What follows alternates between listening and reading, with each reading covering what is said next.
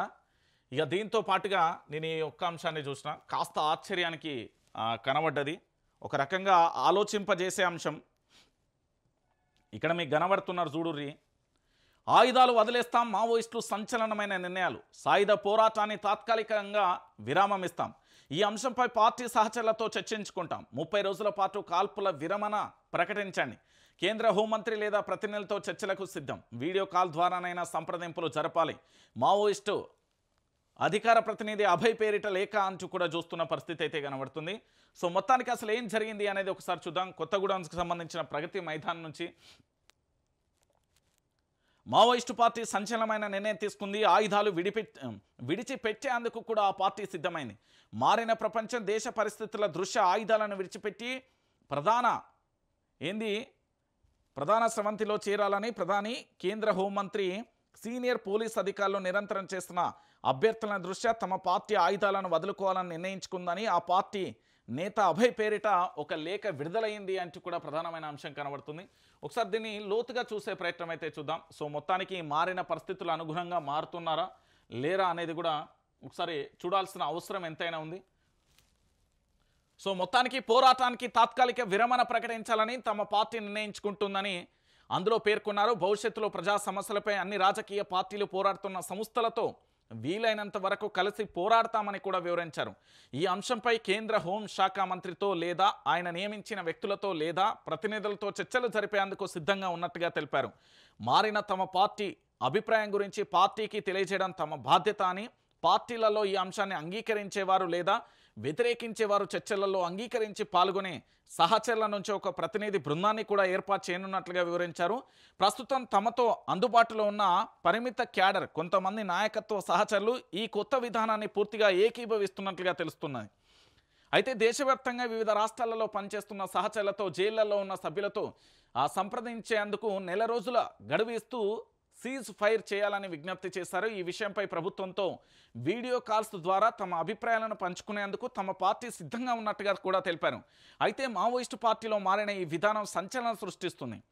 Maoist party supreme leader Basavaraju మృతి తర్వాత ఇటీవల కొత్త నాయకత్వంలో భాగంగా ఆయన స్థానంలో తిరుపతిని ప్రధాన కార్యదర్శిగా ఎన్నుకున్న నేపథ్యంలో ఈ లేఖ విడుదలవ్వడం మరింత సంచలనం కలిగిస్తుంది. అంతేకాకుండా ఎన్నడూ లేని విధంగా మావోయిస్టు నేత, అజ్ఞాన నేత ఫోటోతో పార్టీ లేఖను విడుదల చేయడం దేశంలోని మావోయిస్టు ప్రభావిత ప్రాంతాలలో చర్చనీయాంశంగా మారింది. మావోయిస్టు పార్టీ కేంద్ర కమిటీ ప్రతినిధి అభయ్ పేరిట వచ్చిన ఈ లేఖలలో మంగళవారం సామాజిక మాధ్యమాలలో చెక్కలు కొడుతుంది. ప్రధానమంత్రి, కేంద్ర హోంశాఖ మంత్రి, మావోయిస్టు ఉద్యమ ప్రభావిత రాష్ట్రాల ముఖ్యమంత్రులు, హోంశాఖ మంత్రుల శాంతి చర్చల పట్ల అనుకూలమైన వైఖరిని అవలంబించిన పాలక, అన్ని ప్రతిపక్ష పార్టీల నాయకులు, శాంతి కమిటీ సభ్యులు, జర్నలిస్టులు ప్రజల ముందు మావోయిస్టు పార్టీ తన యొక్క మారిన వైఖరిని స్పష్టం చేస్తున్నట్టుగా కూడా ఆ లేఖలో పేర్కొన్నారు.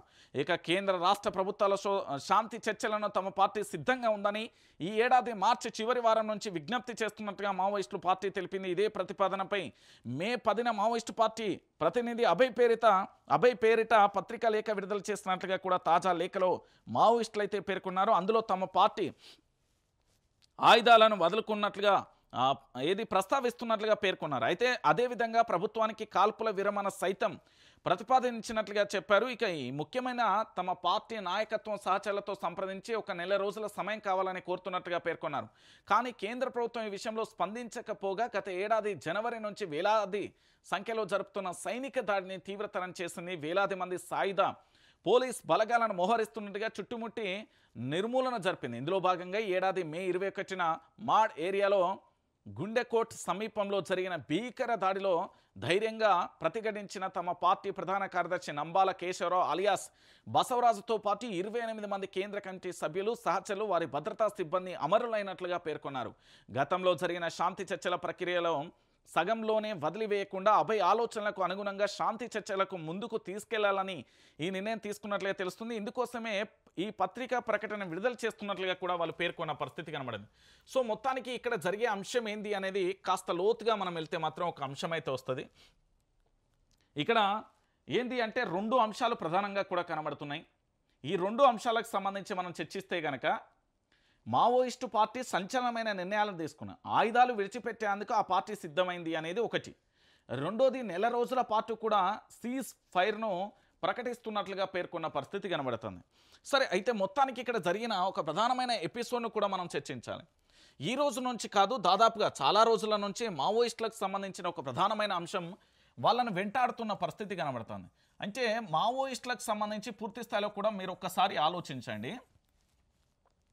మావోయిస్టులు గతంలో రాజరికపు వ్యవస్థను, ముఖ్యంగా దొరల పరిపాలన, ఈ రాజరికం కానీ దాంతోపాటు ఈ దొరల పోకడలకు సంబంధించి ఇంకొక విషయం ఏంటంటే ప్రభుత్వాలకు సంబంధించి ప్రజల పట్ల ఇబ్బందుల విషయంలో ఇది అసలు ఏం జరిగింది అనేది డెప్త్గా కనుక మనం చర్చిస్తే, గతంలో అంటే 1982, 83 ముందుకు, అంటే 1982, 1976 నుంచి కావచ్చు, 1988 వరకు కావచ్చు, ఏం జరిగింది అంటే అప్పుడు పూర్తి స్థాయిలో గ్రామీణ ప్రాంతాలలో ప్రభుత్వానికి సంబంధించిన అధికార వ్యవస్థ ఆగడాలు కానీ, లేదా గ్రామానికి సంబంధించిన పెత్తందారి వ్యవస్థ ఆర్థికంగా బలంగా ఉండి పలుకుబడిలు ఉన్న చేసే దొరల పోకడలకు పూర్తి స్థాయిలో అక్కడ సామాన్యమైన మధ్యతరగతి ప్రజలు ఎదుర్కొంటున్న ఇబ్బందులు కావచ్చు, ఇతరత్ర ఒక ఉద్యమానికి తారాస్థాయికి తీసుకెళ్లిన తర్వాత పూర్తిగా కూడా వీళ్ళు పోరాటం చేస్తూ ప్రజల పక్షాన నిలుస్తూ అనేక రకాలుగా మావోయిస్టు పార్టీకి సంబంధించి వాళ్ళ యొక్క చరిత్రలో అద్భుతమైన సువర్ణ అక్షరాలతో లిఖించబడిన కొన్ని ప్రధానమైన అంశాలు కూడా ఉన్నాయి. ఎందుకంటే అడవుల రక్షణ కానీ, దాంతోపాటు అటవీ సంపద విషయంలో కానీ చాలా విషయాలలో కూడా కాపాడుతూ వస్తారు. సామాన్యమైన జనానికి సంబంధించిన కలుగుతున్న ఇబ్బందుల విషయంలో కానీ రకరకాలుగా కూడా వాళ్ళని కాపాడుతూ వచ్చిన పరిస్థితి కనబడింది.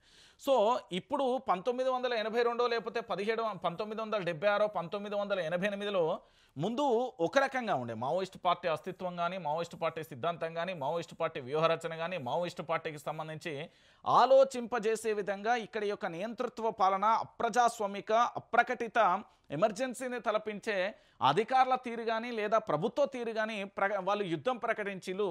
అప్పుడు పరిస్థితులకు అనుగుణంగా యువత నుంచి కూడా సపోర్ట్ వచ్చింది. అయితే 2001 నుంచి జరిగిన ఉద్యమం వీళ్ళకు ఎక్కడి నుండి అంటే పూర్తి స్థాయిలో 2001 నుండి కూడా బాగానే ఉంది. 2005 నుంచి అసలు కష్టాలు మొదలైనవి. ఓ పక్కన తెలంగాణ ఉద్యమం కావచ్చు, ఇతర రాష్ట్రాలలో మావోయిస్టులకు సంబంధించి పూర్తి స్థాయిలో కూడా క్రమేపీ కూడా తగ్గుతూ వస్తున్న పరిస్థితి కనబడింది. ఇక ఇది కాస్త 2015 నుండి వీళ్ళకు ఇంకా భారీగా కూడా రిక్రూట్మెంట్ లేకపోవడం, ఇక అది 2022 కచ్చటాలకు భారీగా కూడా ఇప్పుడున్న జనరేషన్ ఎక్కువగా కూడా చదువుల విషయంలో కానీ ఇతర దేశాలకు వెళ్ళి పూర్తి స్థాయిలో ఉద్యోగానికి సంబంధించో లేదా నివాసించే విషయంలో చాలామంది కూడా యువత ఎక్కువగా కూడా మావోయిస్టుకు సంబంధించిన సిద్ధాంతాలు అద్భుతంగా ఉండొచ్చుగాక, వారి యొక్క ఆలోచనలు బ్రహ్మాండంగా ఉండొచ్చు, కానీ అటువైపు తొంగి చూడడానికి మాత్రం ఎవరు ఇష్టపడతలేరు. దాంతో క్రమేపీ కూడా ఇటు మరోవైపు పోలీసులకు సంబంధించి అంటే సాయుధ బలగాలకు సంబంధించి మోహరింపి ఎక్కడికక్కడ కేంద్రం అంటే భారతీయ జనతా పార్టీ సారథ్యంలో కేంద్ర మంత్రి అమిత్ షా సారథ్యంలో జరుగుతున్న ఈ యొక్క పోలీస్ బలగాలకు సంబంధించి మోహరించడం ఎక్కడికక్కడ ఏరివేసే ప్రయత్నం జరుగుతుంది. దాంట్లో ఆ పార్టీకి సంబంధించిన అగ్రనేత కూడా మట్టుబెట్టిన పరిస్థితి కనబడుతుంది. దీంట్లో ఏం జరుగుతుంది అంటే యువత పూర్తి స్థాయిలో మావోయిస్టుకు సంబంధించి అంటే ఆ కార్యకలాపాలు అటువైపు తొంగి చూసే ఆలోచనలో లేరు ఇప్పుడున్న జనరేషన్. సో వాళ్ళే ప్రజాక్షేత్రంలోకి వచ్చి పోరాటం చేయాల్సిన అవసరం ఉన్నది అనేది ఒక డిమాండ్. ఇంకోటి, ఇప్పుడు వీళ్ళు ఆయుధాలు పూర్తి స్థాయిలో కూడా పక్కన పెట్టి జనజీవన స్రవంతిలో కలిసి ఈ జనజీవన ప్రగతిలో కలిసి ఇక్కడ జరుగుతున్న అనేక రకాలైన వాటన్నింటినీ కూడా సమస్యల పట్ల పోరాటం చేయాల్సిన వాళ్ళ బాధ్యత ఉంది. కాబట్టి ప్రజాక్షేత్రంలోకి వస్తేనే బాగుంటుంది అనేది ఇంకొక రకమైన డిమాండ్. ఇక మూడో విషయం ఏంటంటే వాళ్ళ చేతిలో ఆయుధాలు ఉంటాయి కాబట్టి వాళ్ళను పూర్తి స్థాయిలో ఇక ప్రభుత్వం పెట్టే పేర్లు ప్రభుత్వంతో పిలుస్తారు, ప్రజలు పెట్టే పేర్లు ప్రజలు పెట్టి పిలుస్తారు, మావోయిస్టులని, మావోయిస్టు అన్నలని రకరకాలుగా ప్రజల వాదం. ఇక ప్రభుత్వం నుండి పూర్తి స్థాయిలో కూడా వాళ్ళని బహిష్కరించే విధంగా వాళ్ళు మాట్లాడే ప్రయత్నం చేస్తారు. సో ఇక్కడ ఇంకో డిమాండ్ ఏమొస్తున్నదంటే ఆయుధాలతో పోరాటం కాదు, ఆలోచన రూపంతో పోరాటం రావాలి, అది ప్రజాక్షేత్రంలోకి వస్తేనే బాగుంటుంది అనేది ఇంకొక డిమాండ్ వస్తుంది. సో మొత్తానికి మాత్రం మావోయిస్టు తన యొక్క భవిష్యత్తు మాత్రం ఒక ప్రశ్నార్థకంగా మారే అవకాశాలు ఉన్నది అనేది చాలామంది మేధావులు, ప్రజా సంఘాలు కానీ, పౌర సంఘాలు కానీ, ఇతరత్ర కానీ ఆలోచింపజేసే అంశం అయితే కనబడుతున్నది. ఎందుకు నేను ఈ విషయాన్ని చెప్తున్నానంటే చాలామంది వరకు కూడా నాటి పరిస్థితులు వేరు, నేటి పరిస్థితులు వేరు, రేపటి పరిస్థితులు వేరు. మారుతున్న కాలానికి మారుతున్న పరిస్థితులకు ప్రకృతికి అనుకూలంగా మనం పనిచేయాలి, కానీ ప్రకృతికి వ్యతిరేకంగా మనం పోతే చాలా ఇబ్బందికరమైన పరిస్థితులు ఎదుర్కోవాల్సి వస్తుంది అనేది మరో అంశం కూడా కనబడుతున్న పరిస్థితి కనబడుతుంది.